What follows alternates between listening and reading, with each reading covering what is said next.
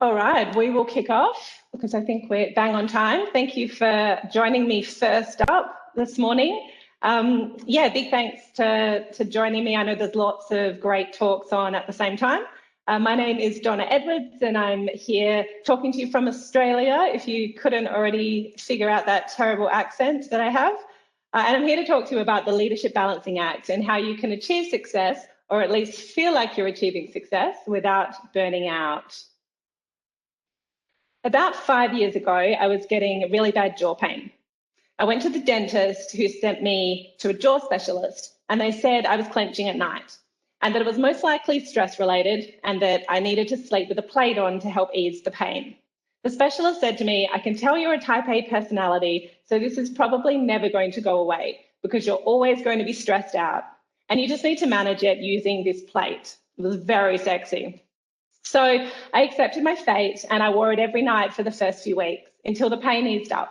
And then I would find that I could get away with wearing it just a few times a week to keep the pain from coming back too much. But I started to recognize when the stress would kick in because my jaw would start to hurt. So it was actually a really good way for me to start recognizing stress and listening to my body. About a year later, I changed jobs. I moved from a general manager HR role into a state manager role for a smaller software development consultancy. And I was just looking after 25 people. So it was a much, much slower pace. And within 3 weeks, my jaw completely stopped hurting. And I've never had to wear the plate again. And it's about 5 years down the track at this point. Now, the pace didn't stay slow because, of course, I made sure that the team grew and that we got ridiculously busy. And I have come close to burnout, full transparency. I've come close a couple of times in the last 5 years. But what I've learned is to listen to my body's stress signals and learn tools and strategies that I can implement to rewind the burnout and, more importantly, to try and prevent it from getting to that stage. I do want to acknowledge that it's an ongoing balancing act. The practical tools and tips that I'm going to share with you today are things that I check myself on and continue to practice every single month without fail. But overall, these things that I've learned have helped me reach a place where I can feel successful, feel like I'm adding value, achieve the things I want, and take the time to enjoy my life and my work without feeling too stressed out or too guilty that I'm not doing enough.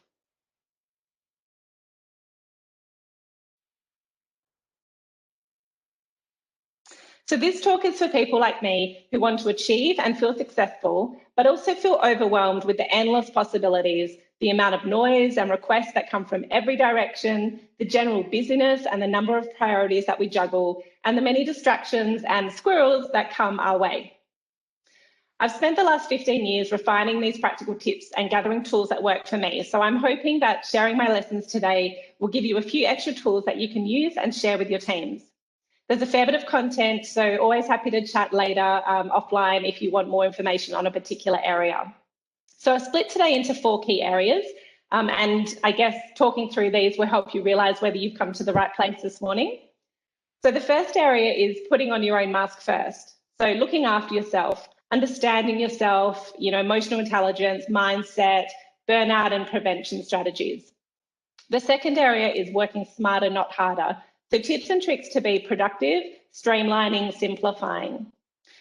The third area is leading like a pro. So how to ensure that your team is achieving, but dial down some of the noise that teams can really create for you as a leader. And well, will be part of that. And then the fourth is success and contentment. We all work so hard and we have so many goals and things we want to achieve. So this one's really about making sure that you're taking the time to enjoy your work and your life and that you're celebrating the wins. So in order to add value to your company, your team, the people in your personal life, you need to be functioning and be okay. I love the aeroplane example of putting on your own mask first, because if you don't look after yourself, how can you help anyone else? And how can you be successful? A really easy way to sanity check this is using a wellness wheel. I try and do this once a quarter. So this is a check of our mind, body, heart, soul, things that are important to us. And what you do is you look at each of the areas and give them a rating out of 10. Where do you want that to be? You might not want it to be 10 out of 10. You might be happy with one area at 7 out of 10. And there's lots of studies that call out relationships and sleep as two of the most important things. You can tailor these wheels though to suit you. So for me, I've replaced spirituality with career. And travel is another one that normally is on my wheel. At the moment, things are obviously a little bit different. I'd certainly love to be with you all in London. I figure a lot of you are probably there, maybe minus the COVID. But, for me, travel sometimes can get too much and can be overwhelming. And then sometimes it's not enough because I really miss it and I crave it. So I put this on my wellness wheel, and it's something that I monitor, every once a quarter at least. So you can really tailor this to suit you. We do also need to acknowledge and accept that we live in a time where stress, worry, anxiety is next level. How many of you on this call today look at the news and the world and feel some level of stress or anxiety at what's going on? Because I certainly do. And the stats show that 77% of people experience stress that affects their physical health, 73% of people experience stress that affects their mental health, and 48% of people have trouble sleeping because of stress. So looking after our mental health is really important. You can't help anyone else if you're full of worry and anxiety. And we have this constant stream of things that can cause worry and anxiety, and we rarely turn off from it. I'm sure you've all heard about our body's flight, fight, and freeze responses. And back in the day, this would only happen occasionally when we were getting chased by a lion or whatever it was. Now our brains are going in and out of this mode constantly, and it's really exhausting for our minds and our bodies. When our emotions spike, we can't see the full picture clearly anymore, and we get this adrenaline boost and we have laser focus, which helps us outrun the lion or whatever it is we're trying to do. But this is actually the opposite to what we need in most of today's situations, especially at work, because when we're at our calmest and most relaxed is when we can think the clearest and assess the full picture. I like the saying that the calmest person in the room wins, because it really is true, and it's so hard to stay calm. I want you to think for a moment how often you would describe yourself as calm at work, and then how often you describe yourself as calm at home. 41% of workers believe that the biggest barriers to self or family care are feeling distracted and anxious because they're not fully present. So we can't care about everything. And one of my favorite quotes from Mark Manson is, we only have so many cares to give, or he doesn't quite use the word cares. But we need to be really clear about what's important to us and actually practice calming techniques to get our bodies and minds used to being calm again. The easiest way to do this is just deep breathing and using reframing techniques, which we'll talk about more a bit later. So the beginning of our journey of looking after ourselves and putting ourselves first is self-development and self-awareness. Developing our emotional intelligence is the start of a much happier and successful life. Many companies now assess emotional intelligence when people are applying for jobs, and sometimes as part of performance appraisals. But in short, emotional intelligence has an internal and an external component.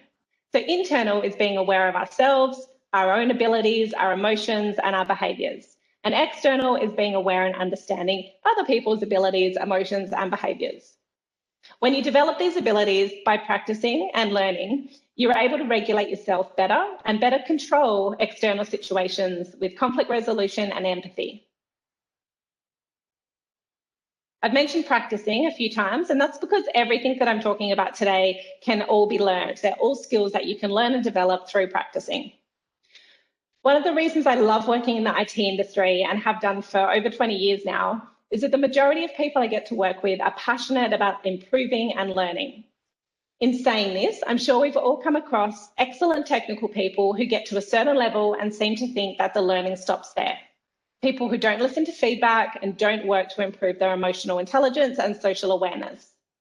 This is what having a fixed mindset is. Being successful and happy in your life requires a growth mindset. And a growth mindset makes you more resilient because you can better cope with failure and setbacks, because you view everything as an opportunity to learn and to improve. This image is taken from Carol Dweck's book called Mindset, and it's definitely worth a read. And I will post a resources list at the end, because there's going to be a lot of books and different things that I talk about throughout this talk. So the other important mindset is abundance versus scarcity. And I've no doubt you've all met someone who won't hire people who are better than them because they feel threatened and they want to be the best. And I'm sure you've all unfortunately met a manager who is more focused on protecting their job than helping their team be successful. They hold on to all their knowledge, afraid to share it. These people have a scarcity mindset. Deep down, they believe that for someone else to succeed, they have to fail. For someone else to get a promotion must mean that their job is at risk. It's a really sad way to live life because there's a lot of fear and resentment. On the other hand, an abundance mindset is when people realize that we can all be successful and that if we help others be successful, it can only be a positive thing for us. Those leaders that help their team succeed and see that it creates opportunities for both the team members and for them as a leader. They embrace change and they see it as a new learning opportunity. You can see how the growth mindset goes hand in hand with an abundance mindset. This, again, with practice and awareness, is just another thing that can be learned. Perhaps your parents had fixed mindsets and you were brought up to think that way too. By developing your emotional intelligence, by practicing some of the other techniques that we'll talk about later around reframing and strengths, you can change this mindset and let go of the fear, and it really is a life-changing experience. I remember the first time I learned about locus of control when I was doing my MBA, and I got so excited because it made complete sense to me and helped me realize why some people thought and behaved in certain ways and why I behaved and believed in certain ways. And again, it goes hand in hand with emotional intelligence. Understanding this helped me regulate my own thoughts and feelings better. And being a little bit of a control freak, understanding that channeling the internal locus of control gave me all the power and control back, pretty much no matter what the situation I'm facing was a really empowering realization. So for example, my boss yells at me. Can I control his behavior? No. So I reflect on what I can control. I can control how I respond to him yelling at me. I can control whether I choose to stay working for him or not. I can control whether I choose to talk to him about the behavior right then and there or at another time when he's calmed down. I can control whether I escalate to his manager or to HR. Regardless of what happens, focusing on the internal locus of control gives me back control over the situation, and it makes me feel better about it and allows me to control my emotions. Locus of control goes hand in hand with framing. Framing is about recognizing what story our brain is telling us and then being able to change it or reframe it. It's something that takes practice once again, but it gets easier really quickly the more you do it, and it makes a huge impact on your emotions and stress levels. What framing isn't is trying to lie to ourselves. Our brain is much too clever for that. It never, ever works.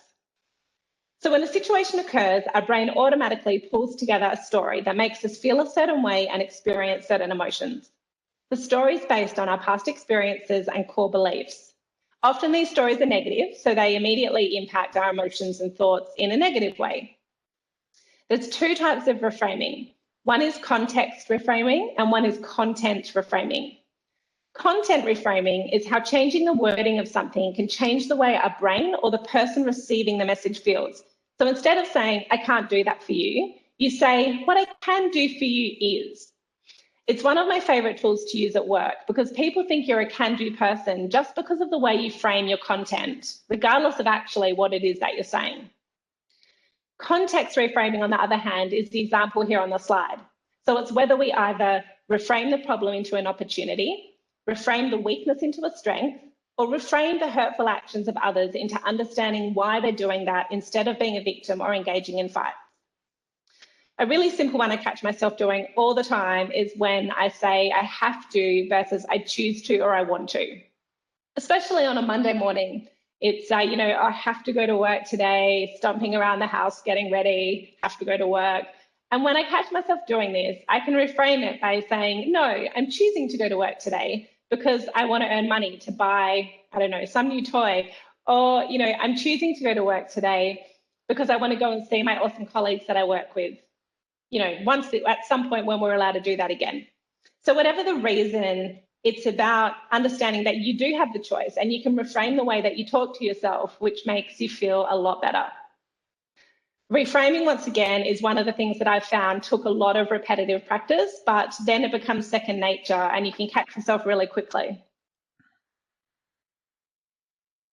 How many of us have read a performance appraisal or any type of feedback and disregarded all the positive things and go straight to what do we need to improve? Where's the constructive feedback? Most perfectionists and achiever personalities do this because we want to be good at everything. One of the things I learned about in my HR studies many moons ago was Gallup's strengths-based leadership theory. It absolutely blew my mind because I'd spent my whole life focusing on what I needed to improve and my weaknesses. And this meant that I spent a lot of time, especially at work, doing things that I didn't enjoy, especially process-related things, because I was adamant I had to be good at it, even though I hated it and I was terrible at it. So the type of work that people enjoy, surprise, surprise, is based on their strengths, which makes complete sense when you read and understand the theory behind it. So Gallup's Strength Finder helps you identify your core 3 to 5 strengths, and then you focus on making them your superpowers. Countless studies have shown that we're more likely to succeed with our superpowers than trying to be an all-rounder and be good at or decent at everything. And the huge upside to this is that it's so much more enjoyable and so much more fun. There's a slight caveat. Sure, if you're really, really terrible at something, you might need to bring it up to a minimum level if your job role requires it. But other than that, make sure that your day-to-day work is using your core strengths and you'll shine and succeed. The self-development and mindset tools we've already talked about help us build resilience and deal with stress. Out of a recent survey of 7,500 employees, 67% reported experiencing burnout to some degree. And as I mentioned, I most certainly have, as well as many of my friends and colleagues. Burnout is a state of emotional, physical, and mental exhaustion where you feel overwhelmed and emotionally drained. It reduces productivity and energy, and it's caused by excessive and prolonged stress. There's some common work and lifestyle contributors listed on this slide here, but there's also some personality traits that make you really prone to burnout and stress. For me, I tick 3 out of those 4 personality boxes, so it's no wonder I've worked hard on it over the years. But listening to our bodies for signs of too much stress can really help us nip it in the bud. I mentioned my jaw pain that was definitely an indicator of stress for me. But now that I've fixed that, I have a couple of other signs that come up when I'm getting to that overwhelmed and stressed stage. One is that my eye starts twitching and it's super annoying, so I can't really ignore it even if I wanted to. But as soon as that happens, it means that I need to address it immediately and start dialing back the stress before burnout will hit. Another symptom that many people get, including myself, are headaches. And another one that I've had before are dry eyes, where unless I go to sleep, they just don't get any better. So really think about what your stress signs are and write down what those symptoms are so that when you do start to get overwhelmed or stressed, you can engage some of the preventative steps that we're going to talk about to put burnout in reverse. So some of these things we've covered already because they're an ongoing fundamental practice to help us build resilience and understand ourselves better. The 2 that a lot of research calls out, as I mentioned, are relationships and sleep. Getting enough sleep is super important for our mind and body to regenerate. And then having a support network of people that we can talk to that will listen to us is essential. Counsellors and coaches have been an incredible source of help to me over the years, and I'd highly recommend. Just having an external objective party to talk to can be really useful. We can't and don't have to do everything on our own. Another one is taking regular breaks, and certainly with working remotely, breaks is so important. So scheduling breaks in between meetings, but also still having annual leave. It seems really weird booking annual leave when you can't go anywhere and you're going to be at home, but going more than 3 months without a proper break to reset is dangerous. Giving back has also been shown to reduce stress and provide positive feelings to help prevent burnout. So it's another one I'd recommend. Mentor someone, donate something. I really like sending little tokens of appreciation to people when they least expect it. So cupcakes or flowers, but it makes me really happy to be able to put a smile on someone else's face. All the things on the list are obviously important, but everyone's different. So pay attention to what works for you and what helps you de-stress. When COVID first hit, I got myself a piano to learn piano. And it's been an amazing de-stressor, even though it's also challenging. But I think because it releases the creative parts of my brain that I don't really get to use a huge amount in my day-to-day job. And the last one I just want to call out is practicing positive self-talk and being kind to ourselves. I think that one can be an ongoing battle, especially for perfectionists and people that are high achievers. But the technique that I use is to ask myself, would I say that to someone else, or would I talk to someone else that way? And often the answer is no. which means that you certainly shouldn't be talking to yourself in that way or saying those things to yourself. This one was really interesting. So a health psychologist named Kelly McGonigal did a TEDx talk on how to make stress your friend. And the talk explains how the neurohormone oxytocin, which is also called the stress hormone, works in our brains and our bodies. It enhances our empathy and motivates us to seek support. And it relaxes our blood vessels during stress and helps our hearts regenerate. It also releases when we're supporting someone else with stress. And the more that's released, the healthier your stress response is and the faster you recover from stress. I'll let you watch the talk for yourself, but the spoiler is that the studies they conducted showed that the belief of stress being bad for you indicated an increase in death of 43% over the rest of the subjects who were still stressed, but they didn't share that belief that stress was bad for you. Another study they did focusing on people with increased stress events, such as financial strain or family crisis, that increased their risk of dying by 30%, showed that if they'd been caring for or helping others during this time, they actually had a 0 increased risk in dying rather than the 30%. So I think it's worth to at least try and think about stress in a different way and to remember that caring for and helping others has not just mental health benefits that we talked about earlier, but also could prolong our life, which is pretty cool. So we spent a fair bit of time thinking about our minds and our bodies and understanding ourselves. The final piece in this puzzle is understanding what success looks like for us. And I'm talking about success across life, not just work, because we have one life. So to me, it's work-life integration rather than work-life balance. So being crystal clear on what good looks like is what it will enable you to achieve it and tune out other people's noise and expectations. Of course, everyone is different. So for some, a successful life might be going on 2 family holidays a year, or it might be retiring at a certain age, or a specific career achievement. Maybe it's being recognised with an award, or maybe it's just finding a life partner or having kids. There's a million different life designs out there, but figuring out what the picture of success looks like for you and you alone means that you can achieve it. And it may not be something fancy. Maybe it's just to live a good life. There's a really great book that I read called How Much Is Enough? And I found that really eye-opening because it highlights the changes over the past 100 or so years and the role that marketing has played in what many of our picture of success now looks like. A really nice way to start this process as well is to create a vision board. And it doesn't have to be old school with magazine cutouts and pictures. For those of you that don't like art and craft, because I'm not really an art and craft fan, you can do an electronic version using PowerPoint or Photoshop and digital images. But it's a really nice way, if you're not quite sure what good looks like for you, to start playing around with that picture. Working smarter, not harder is one of my favourite things to share and discuss because learning these techniques has saved me from burnout and definitely reduced my stress massively. The first piece is understanding the difference between being productive and being efficient. You can be super efficient and get so much done in a day or a week. I've always prided myself on being very efficient, being able to smash through double the workload of someone else.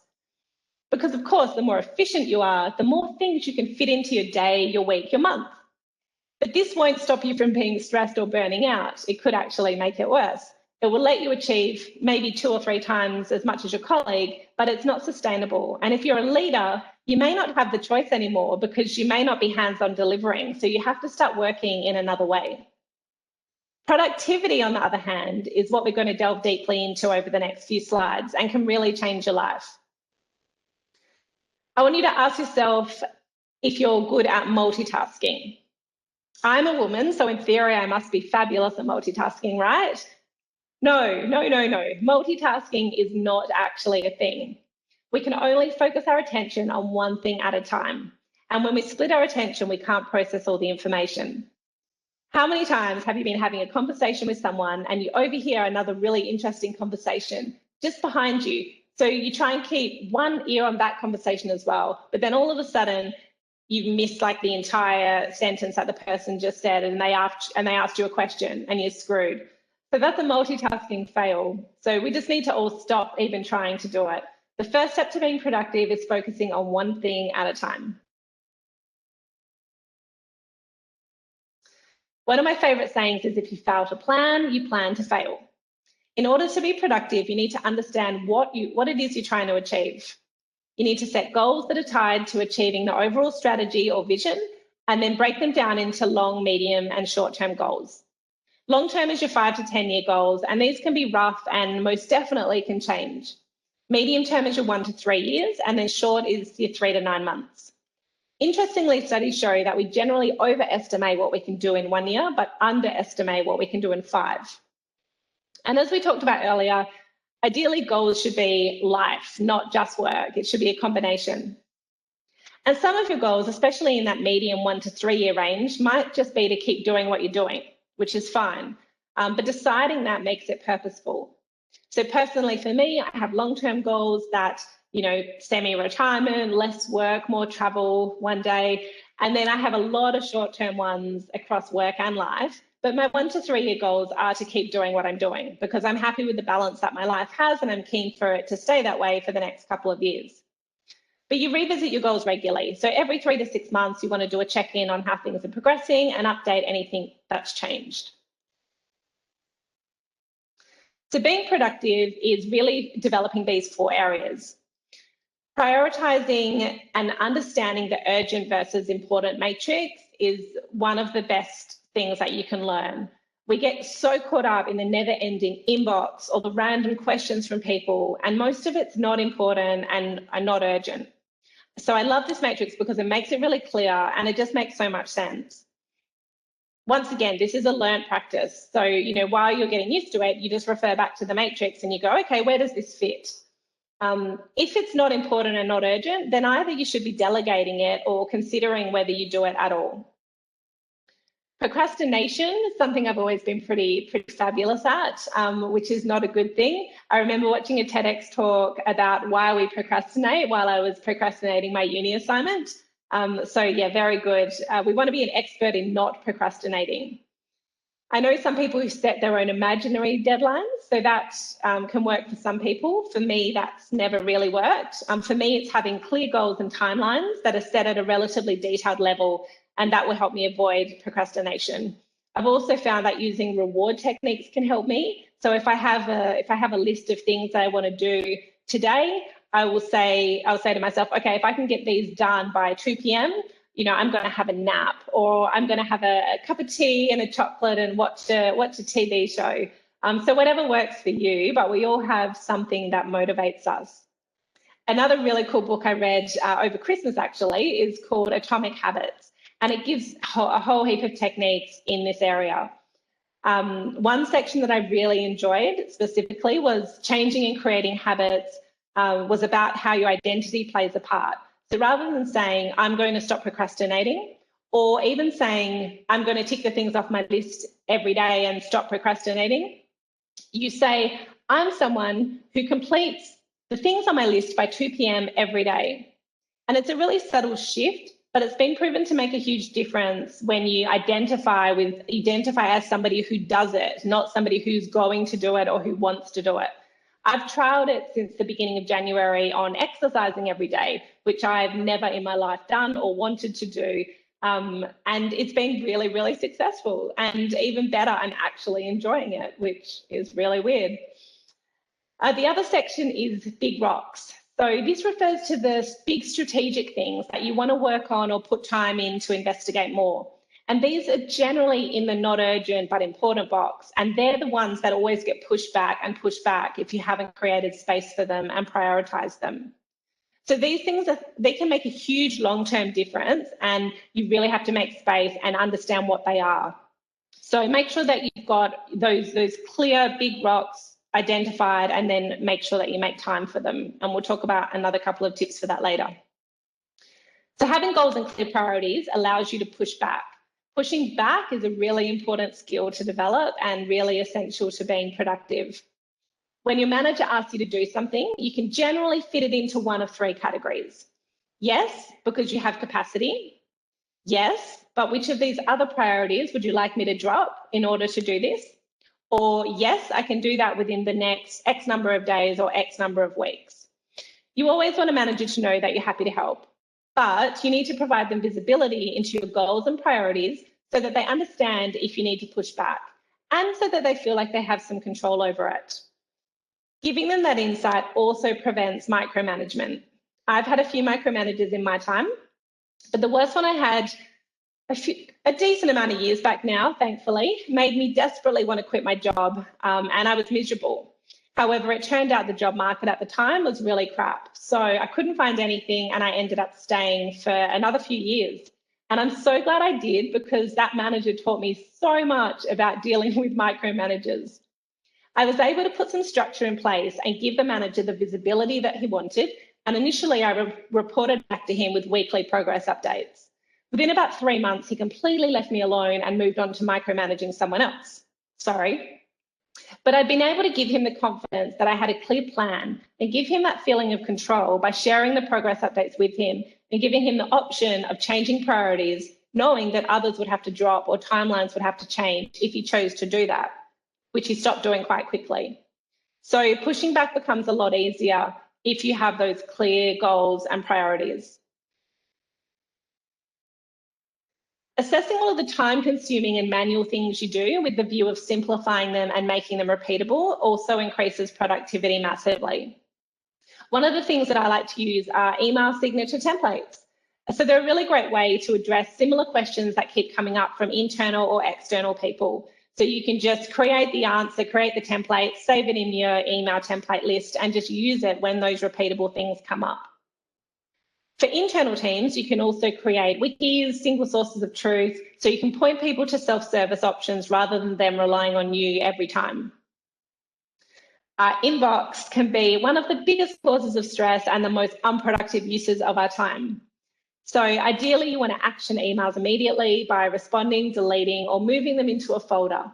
If they build up and you end up with a giant inbox, rather than let it stress you out, face facts that if you haven't gone back to something in a few weeks, you probably won't. And if it's important, somebody's probably going to follow up with you. So delete them if you're really ballsy, or move them into a when I get time folder. And I guarantee you won't go back and look in that folder, which probably just means they weren't urgent or important. Because once again, you can't care about everything. So it's okay to admit that sometimes you just don't care enough to do something because it's not a priority for you. We put so much stress and pressure on ourselves to care about everything, but we just can't. We can't make everything a priority. When I used to see people from my team in the office after 6 p.m, I would ask them, is anyone going to die if you don't do this until tomorrow?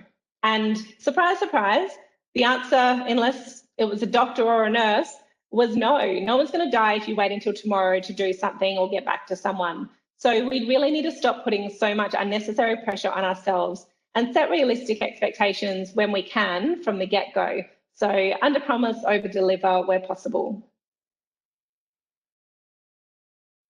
Now, once you're clear on your goals and your priorities, you can schedule your time to be most productive. Using your calendar to use blocks to allocate time to strategic work, projects, admin, emails, and scheduling gaps in your calendar for urgent and important things that are generally going to come up most days. Not back-to-back in your meetings, which I mentioned earlier. One of the techniques that I implemented last year was reducing all of my 1-hour meetings to 45 and all of my 30-minute meetings to 20 minutes. And it's amazing, you can fit exactly the same amount in, just a little bit more efficient, but it creates these gaps and these headspaces for you in between your day, and it really reduces stress. But also, I would say beware of meetings in general. Try not to accept meetings if you don't need to be in them, and push back if there's no value for you being there. Also push for meetings to have some sort of agenda or purpose, and request that people prep before attending meetings, because this makes for productive and efficient meetings. Another really awesome book that I love is called Free to Focus by Michael Hyatt, and it has some really great tips on productivity.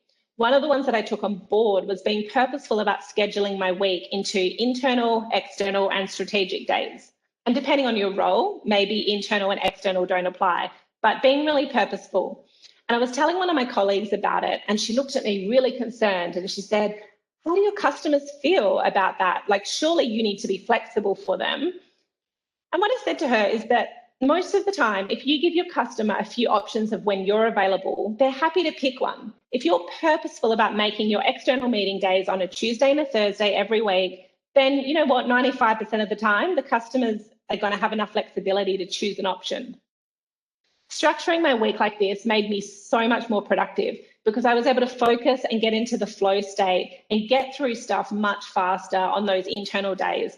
And I always had time for those big rocks on my strategic days. So I was really able to make big changes and big impact in my career. Another technique I implemented from the book was having a daily to-do list, and each day and a weekly. So each day and week, really being clear on, if I just do 3 things today or 3 big things this week, what is going to equal success? What are those 3 things? So really trying to narrow it down to just 3 key priorities each day and each week.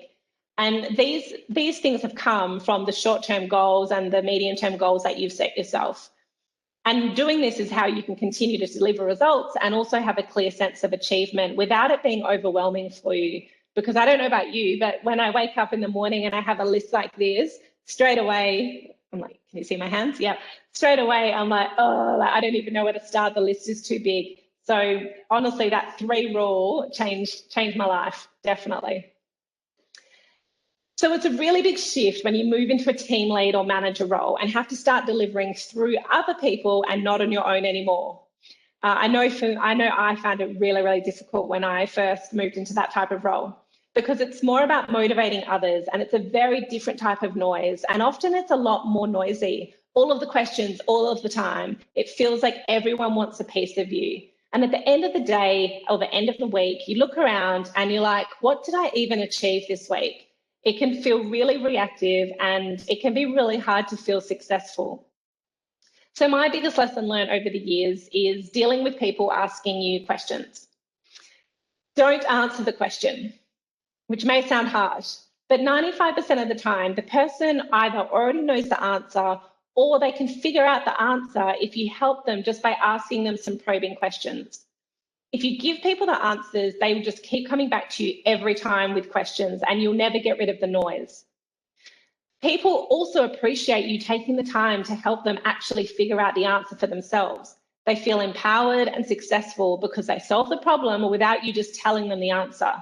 So this can be really, really challenging at first, and it does take a bit more time in the beginning, but it just dials down so much noise if you can repeatedly do it. And it's definitely a skill that you can just learn and develop by practice. Empowering your team and not delegating to them is what really gives you a lot of time back as a leader. In my last role, I had 80 developers reporting directly to me. It was pretty full on. And without knowing how to empower people, I would have burnt out in about a week. So bringing together your senior people from the team and sharing the strategy and the vision with them is the first step. Then work collaboratively to come up with the short-term and the medium-term goals, because the long-term goals have probably been set by the CXO. Once these goals are agreed, give complete ownership and empowerment of individual goals to specific team members and enable them to go and involve the wider teams to deliver them however they want. Let people choose which goals they want to own. So a process of opt-in for everyone leads to better outcomes. And if people understand and buy into the vision and the goals, they do want to opt in. People want to add value. They want to lead things. They want to make a difference. What you do need to still do as a leader is set the expectations of any progress updates, timelines, reporting that you need for each goal. And most importantly, you want people to know that you're there to support them, to remove blockers or whatever else they might need. Dan Pink's book, Drive, is another one of my favourites on why autonomy, mastery and purpose is so important for people, and definitely worth a read if you haven't yet. So we talked about identifying our own superpowers. It's exactly the same for your team. If they're doing what they're good at, they'll be more productive and engaged. As a leader, you want to form your teams where possible based on their strengths. Consider what different hats are needed for the goal or for the project, and then bring people in that have those strengths. Maybe it's someone who's great at stakeholder management. Maybe it's technical mentorship or technical leadership. Maybe it's front-end or back-end development, because we all know that's not the same person. Maybe it's the team cheerleader, you know, that person who they're really positive and they naturally make everybody feel good and they get the team together for lunches or coffee. You know, every team is going to require a different bunch of hats and skills, but be purposeful about selecting where you can people that have those strength areas. When recruiting into your team as well, it's looking at the same thing. What are the strength gaps within your team? And then hire for those strengths. Diversity in your team will make it more successful and a lot more fun. And I have a whole nother talk about recruitment tips, because that can be a big can of worms in my experience and quite challenging. As a leader, your life is a lot easier if you have an engaged team. So empowering them, giving them autonomy, giving them insight into the strategy and vision plays a really big part in engagement. But purpose and mastery will be engaged by creating a team culture that's built on shared values. So if your organisation already has values, just make sure that they're broken down and meaningful for your team. If they don't have shared values already, then create them collaboratively with your team. You can make them core values or principles. At Amazon, we have leadership principles, and we also have team tenets, which really helps define what good looks like for our team and what behaviours we expect. Providing flexibility and choice are two of the other key things that you need to provide to your team to keep them engaged. As we talked about earlier, the worst thing you can do is be a micromanager. I've interviewed literally thousands of people who were leaving their jobs purely for that reason. And the other important piece of a strong team culture is celebrating success, celebrating the small wins, ideally tying some sort of recognition program to the values, because it will help drive the culture and behaviours that you want to see within the team. My side hustle, because everyone has a side hustle nowadays, is the CEO of a company called Shout Out. And we created this to address this exact challenge. So enabling peer-to-peer recognition, which is really important, but then tying that into management recognition through an awards program, which is also really important. Recognition and rewards don't need to be expensive. It's generally not about the money. If you're looking for ideas on how to do this, I've got plenty of free tips and also paid suggestions, so feel free to reach out afterwards and I'm happy to share. I also have a blog on my shoutout.cloud website with lots of different ideas as well. That's enough plugging of that. So, it is not weak to be kind. Empathy is called out in study after study as one of the most effective leadership traits. And great news, empathy is just another skill that absolutely can be learned and developed through practice. When I did my first psych profile, close to 20 years ago now, the business coach that I was working with at the time said, "Wow, I'm not sure I've ever seen anyone get 0 on this." And at the time, I was wondering why my staff turnover was so high. It took me probably 5 years of practice to get it to a decent level, but I've continued to build on it over the last 20 years. And now empathy is one of my highest results on those tests, and not just because I know how to work the test, but it's actually one of my core strengths and something that has really helped in my leadership success over the years. Empathy is not sympathy. It's just taking the time to listen and understand people and see and feel things from their perspective. And when you combine empathy with a high emotional intelligence, it's a superpower that every leader wants and that every employee wants their leader to have. I'm assuming there's probably a lot of people on here today from the UK, so you may not be aware that the icon that I chose for the Leading Like a Pro theme is Jacinda Ardern, who's the New Zealand Prime Minister. And I chose her because she's been such an impressive leader over the past couple of years, and empathy is definitely one of her strengths. She is kind, but she's certainly not weak. Oh, this is a fun one. So people want and need regular and transparent communication from their leader. It will make it easier if you have a communication plan. And I know when I say those words, I half shudder and half roll my eyes, but I'm just talking about a really simple structure of why, when, and how. Maybe it's a weekly customer or a project update email, a fortnightly sales pipeline email, a monthly newsletter, a quarterly roundtable, or an all hands. You don't have to be responsible as the leader for delivering all of these things. You should definitely be empowering others to own them and automate as much as you can. But as a leader, you do need to make sure that it's happening and create or sign off on the communication plan. It's really important part of our job as leaders that we're reminding everyone in these worrisome times that everything's going to be okay. It's amazing how calming these words can be for people. So we want to try and ease anxiety for our team. The fear of the unknown is one of the biggest causes of anxiety. People can deal with good news, they can deal with bad news, but the unknown is really, really stressful. And this is what we're addressing by having some sort of communication plan and regular communication and updates. It's also our job as a leader to provide regular feedback to individuals in our team. We touched on it earlier that many of us focus just on the constructive feedback. And interestingly, the ratio of positive to negative feedback is 7-to-1 in order for people to actually take the positive feedback on board. So that means a lot of great jobs and thank you. And while these are important, research also shows that people want specificity to make it more meaningful. So when you're calling out someone's great work, try to tell them why it was great and how they specifically added value. On the flip side, constructive feedback needs to be immediate, objective, and really clear. Nip it in the bud is one of my favourite terms. I don't know if it's an Australian one and you haven't heard of it, but nip it in the bud, I love it. And if you let things drag on, it gets so much worse and so much more daunting to deal with. So as a leader, I found firsthand that people really appreciate honest and direct feedback. It still surprises me sometimes the depth of relationship and respect that you gain when you do this for people. I actually had an ex-team member tag me in a LinkedIn post a few months ago that was talking about great leaders that you've worked with. And it was someone that I had to give quite harsh feedback to after some previous leaders had basically written them off as too hard to deal with. And I wasn't really sure how they felt about me. So when I saw that tag, I was like, oh, ew.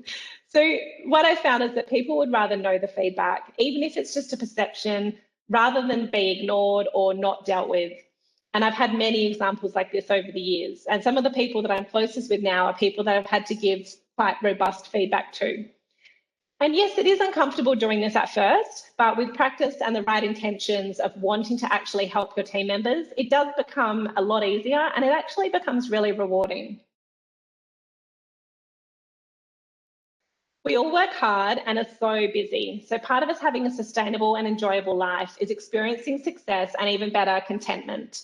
We've talked about what good looks like and setting goals and celebrating wins, but I wanted to run through a few other tips that in my experience helps us to stay in this zone and really enjoy our life and the fruits of our labour. Comparison is the root of all evil. It absolutely destroys people. I'm sure we've all had friends that are taking a break from social media because they can't cope anymore. And often the reason is because they can't help but look at all these people's perfect posts and compare their own lives to them. Why do we do this? Who cares what other people are doing? Unfortunately, this is human nature in our current society. We talked earlier about defining what good looks like and what success looks like for us. This is the key to stopping comparison behaviour because we don't care what anyone else is doing. We have our own clear focus of what we want our life to look like and what we want success to be. Practicing gratitude also plays a part in this. So being appreciative of what we have in our lives, regardless of whether we've achieved every single one of our goals yet. You can also use the reframing techniques that you've learnt.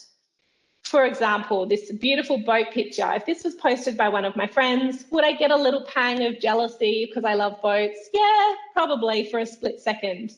But then I'd reframe it and I'd say to myself, do I really want a boat? Like even if I won lotto and could afford it? Like, how much work would it be to maintain and how expensive would it be to look after? And how often would I really use it? Actually, I think hiring a boat is a way better idea than buying one. And if I decide then that hiring a boat should be on my what good looks like picture for my life, I can add it on there, which actually is a true story. I do have hiring a boat 3 to 4 times a year on my what good looks like picture. And you know what? That's only going to set me back about $3,000 a year instead of hundreds of thousands. So it's a double win. But we all have control over whether we focus on ourselves and enjoy our life or whether we're always looking at other people and comparing ourselves to them. Does anyone else roll their eyes when they hear people talking about mindfulness and living in the now? Full transparency, I do. I'm one of those people.